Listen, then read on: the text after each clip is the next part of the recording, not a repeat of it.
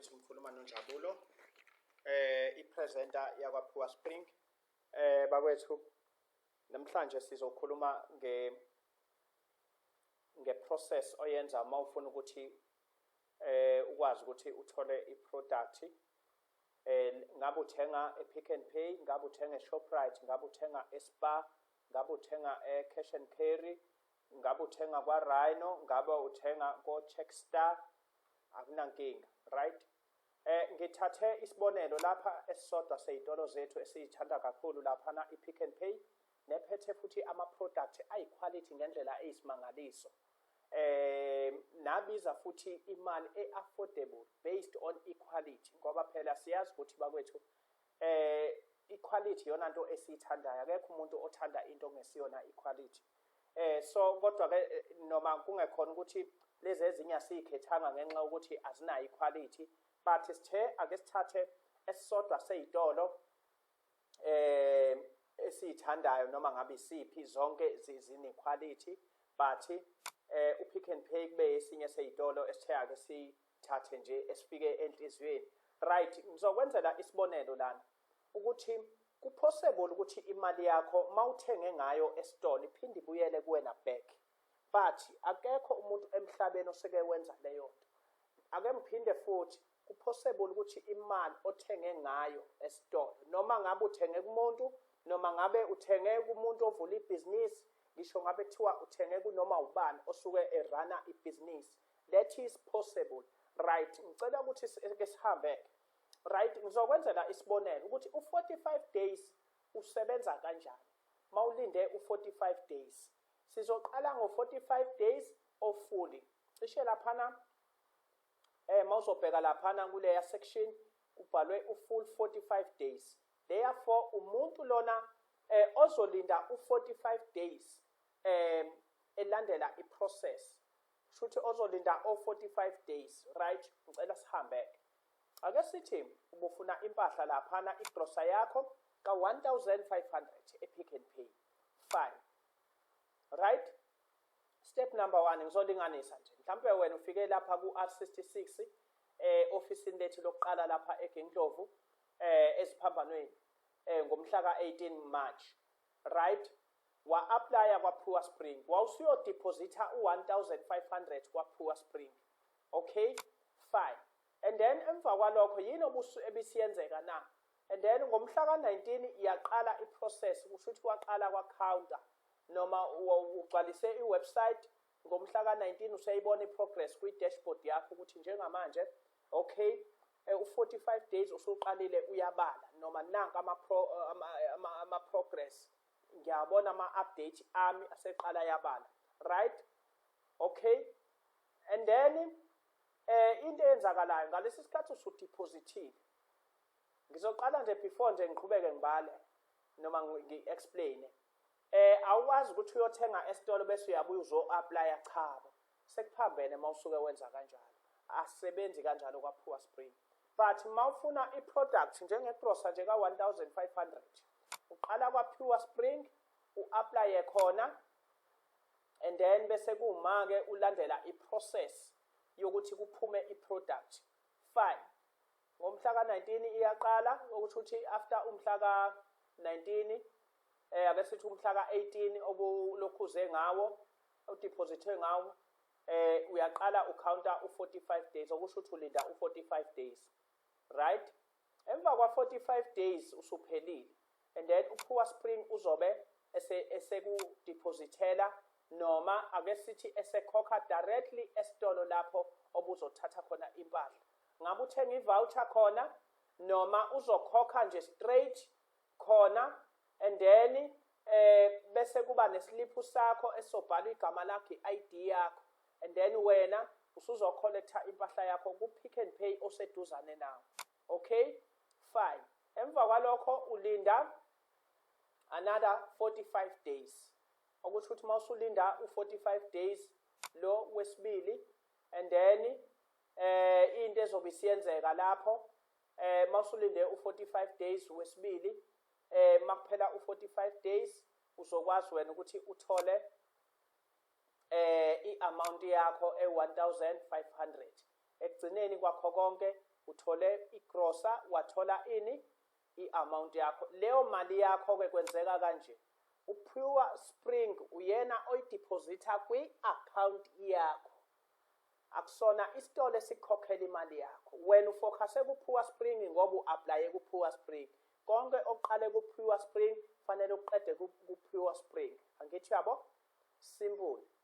Uqale kuPure Spring fanele uqedele kuPure Spring. Uhlelo lukaPure Spring lu-independent. I-process yakhona independent, right? Thina lapha kahle kahle kuwukuthi sifuna kusuke kuyindlela yokuthi izitolo namabhizinisi osomabhizinisi abancane bazothola more customer ngoba ama-customer anakekele anohlelo lwawo lokuthi acatshangelwe ekuthenini imali yawo asuke ethenge ngawo ibuyele kubona futhi back, right? Uhlelo-ke lolu la sikhuluma ngomuntu olinde full 45 days, right? Kukabili-ke khona lona ozothi cha mina lo 45 days engathi ngayikhipha busy ngisalinde u45 days, yabo? Sesiya lapho-ke manje ukuthi mawufuna ukuthi wena uhlale ungenelwa yigrosa njalo endlini yakho nemali, ungenele igrosa kubuya imali yakho, ungene igrosa ubuya imali yakho, ungene igrosa kubuya imali yakho, ungene igrosa kubuya imali yakho, kuze kube phakade forever. Yini oyenzayo? Ngicela siye kuleyo section. Fast result, right? Cishe nansi yana leyana besikhulume ngayo, lapho ulinda khona 45 days and then uPure Spring uzobe sekhokhela kuleso sitolo sakho, and then ulinda u45 days and then uPure Spring uzobe sekurewarda nge-full amount obuthenge ngayo igrosa. Ekugcineni kwakho konke mawuzonothisa i-amount uyitholile, i-product yakho uyitholile. Kufana nokuthi le product lena uyithole mahhala noba nansi nemali yakho ibuyile, uyabona? Lapho sesinga-analyze sesikhuluma nje kanjalo. That is the power of Pure Spring, right? Ake sithi-ke nakho-ke wena ufuna ukuthi kahle kahle ingene le mali ilandelana kuwe ukuthi wenza kanjani, right? Ngisho ngabe kuthiwa uyibolekile iyobuyela kuwe, uyoyibuyisa futhi leyo mali, right? Wenza kanjani? During ku-45 days wokuqala fanele leyo 45 days uhalflish, okusho ukuthi umuntu osuke efuna ukuthi angenelelwe imali ngokuphindaphindana, kusho ukuthi ngama-date ahlukahlukene elokhu elandelana negrosa endlini. Iy'ngane zihubhana ngamadanani, zihubhana iy'ngane ngamasoseji, iy'ngane zithelana ngobisi, uyabona? Nekhona uvuka nje ageze ngobisi ngenxa yokuthi igrosa ingena usuku nosuku, at the same time nansi nemali iseduzane, yabo? Ukwenza kanjani lokho na? Kulo 45 days osuke ulindile, umuntu osuke eqale ukubalelwa u45 days kusukela ngomhla ka-19 March, okusho ukuthi ngomhla ka-21 April usengathenga enye igrosa, shuthi afake isicelo kwaPure Spring. Therefore ake sithi nje nango uTom ubone iketele, uthande iketele, therefore uzodeposita u379 ngomhla ka-21 April ngoba usehlelele lama date ahlelelwe uTom ngenxa ukuthi uqale uzofaka isicelo ngomhla ka-18 March, right? That is why ama-date ekanje. So wonke umuntu kuyadepend ukuthi wena ufike ngayiphi i-date na. So lo 45 days asewusungulile lo ngomhla ka-21, therefore sokungoweketela ufuna ukuyikhipha busy ukuthi ngalesi sikhathi eqeda u45 days akube kulandela futhi enye product ngoba uyabona ukuthi hayibo le mali ngisho ngabe kuthiwa ngiyothenga kanti izobuya futhi, angithi yabo? So ngaleyo ndlela leyo makuphela lo 45 days angithi yabo kwaPick n Pay sebenza njani? Sebeyalokhuza uPure Spring usezokwazi ukuthi ukhokhe kuPick n Pay, uthole i-voucher noma ukhokhelwa uthole a sort of mhlambe let's say kukhokhe ucash, thola ukuthi uzohamba ne-ID yakho uhambe uyolanda i-product yakho, right? And then yini-ke sizokwenzeka na la, right? Yini esizokwenzeka. Lo 379 usaqala uno-45 days wakho. Uphinde futhi nanko omunye u-45 days wala wegrosa. Uyayibona ukuthi uyikhipha busy usufakile la, and then nanko omunye u-45 days. Shuthi lo 45 days wesikhathi usawulindile wena ngomhla ka-25 May uzokwazi futhi ukuphinde ufake futhi esinye isicelo. Mhlawumbe uthanda i-ironing board, uyayidika phela lana.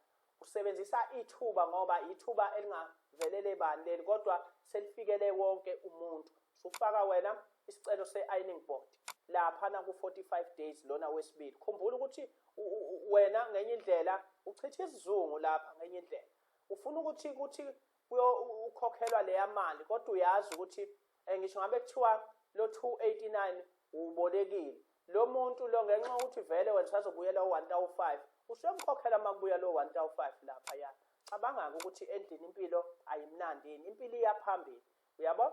So ngalesikhathi usalindele 45 days day after ngomhla ka-25 May, and then uzokwazi ukuthi lapha ufake isicelo sika 289 okusho ukuthi i-ironing board oyibonile futhi.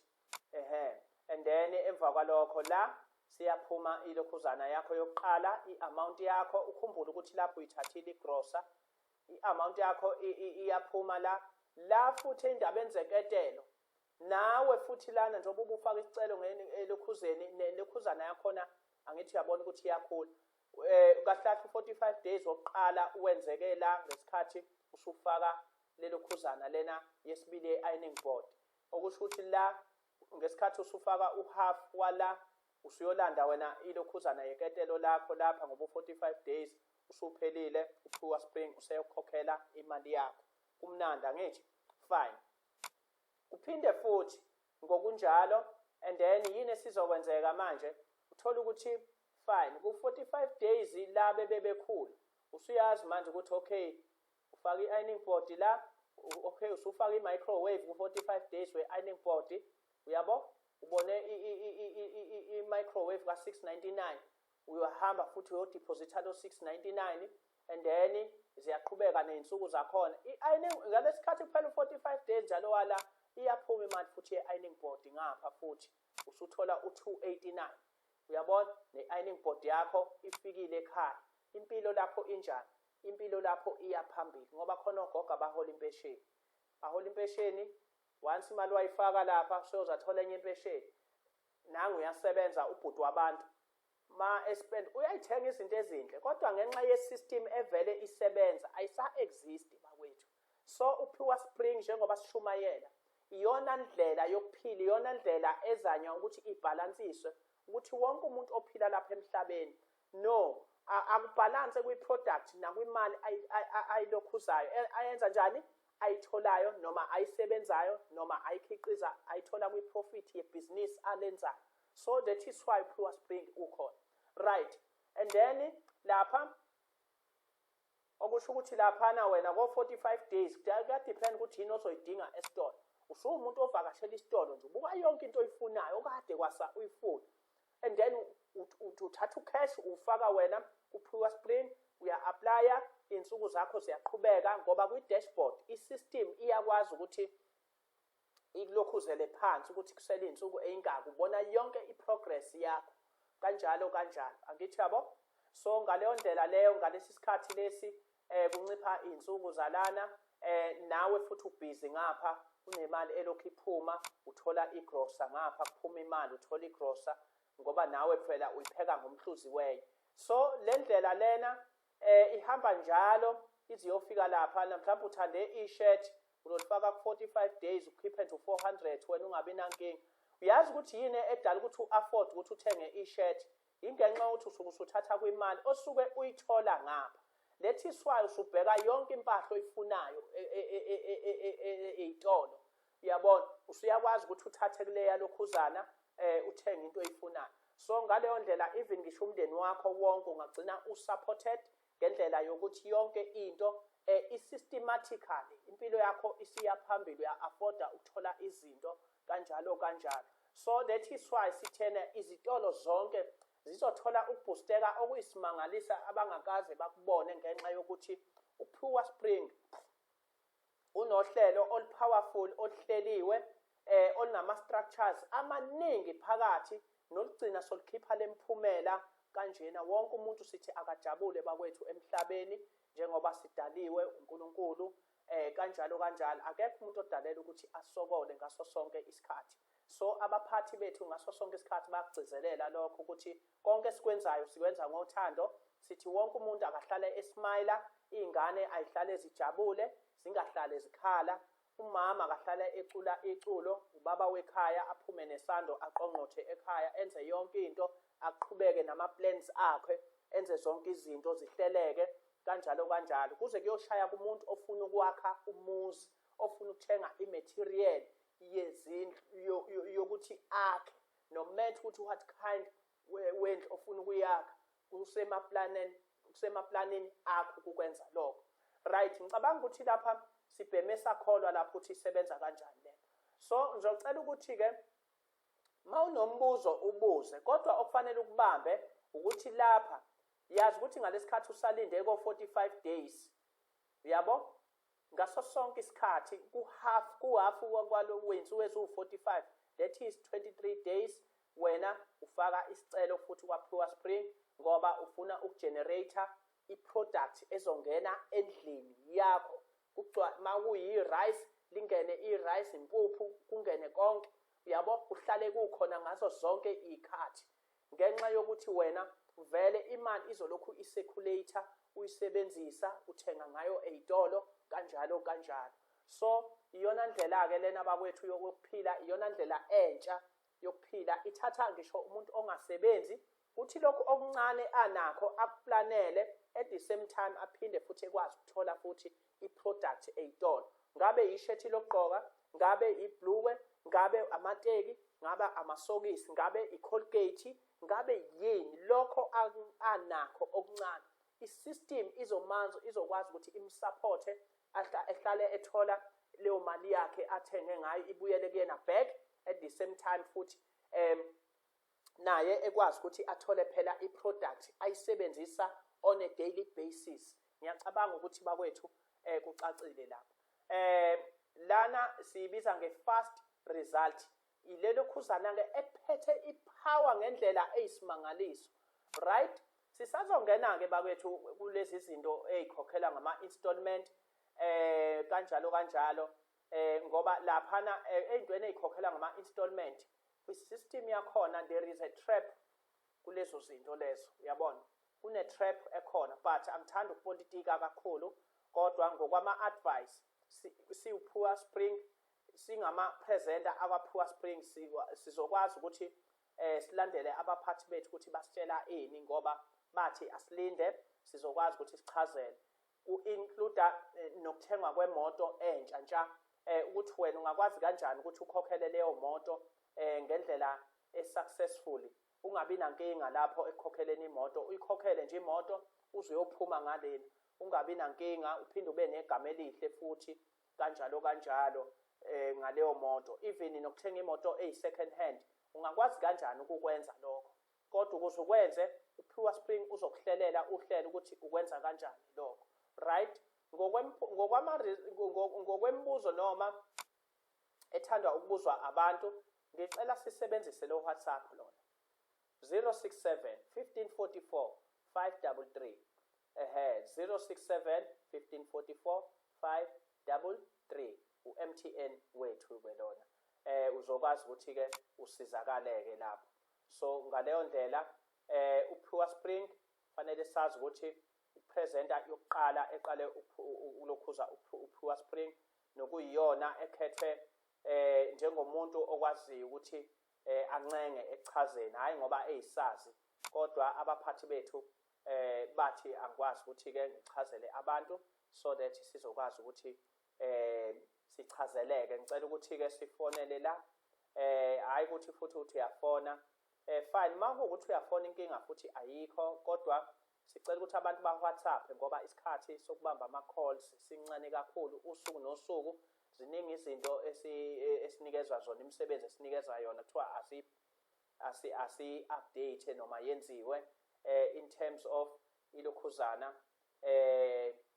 system yakwaPure Spring ngoba nezitolo uPure Spring uzofaka zonke into ezitolo, yonke into ezitolo kuze kuyoshaya kosomabhizinisi abancane aba-registered in South Africa ngokusemthethweni, aba-operator ngokusemthethweni.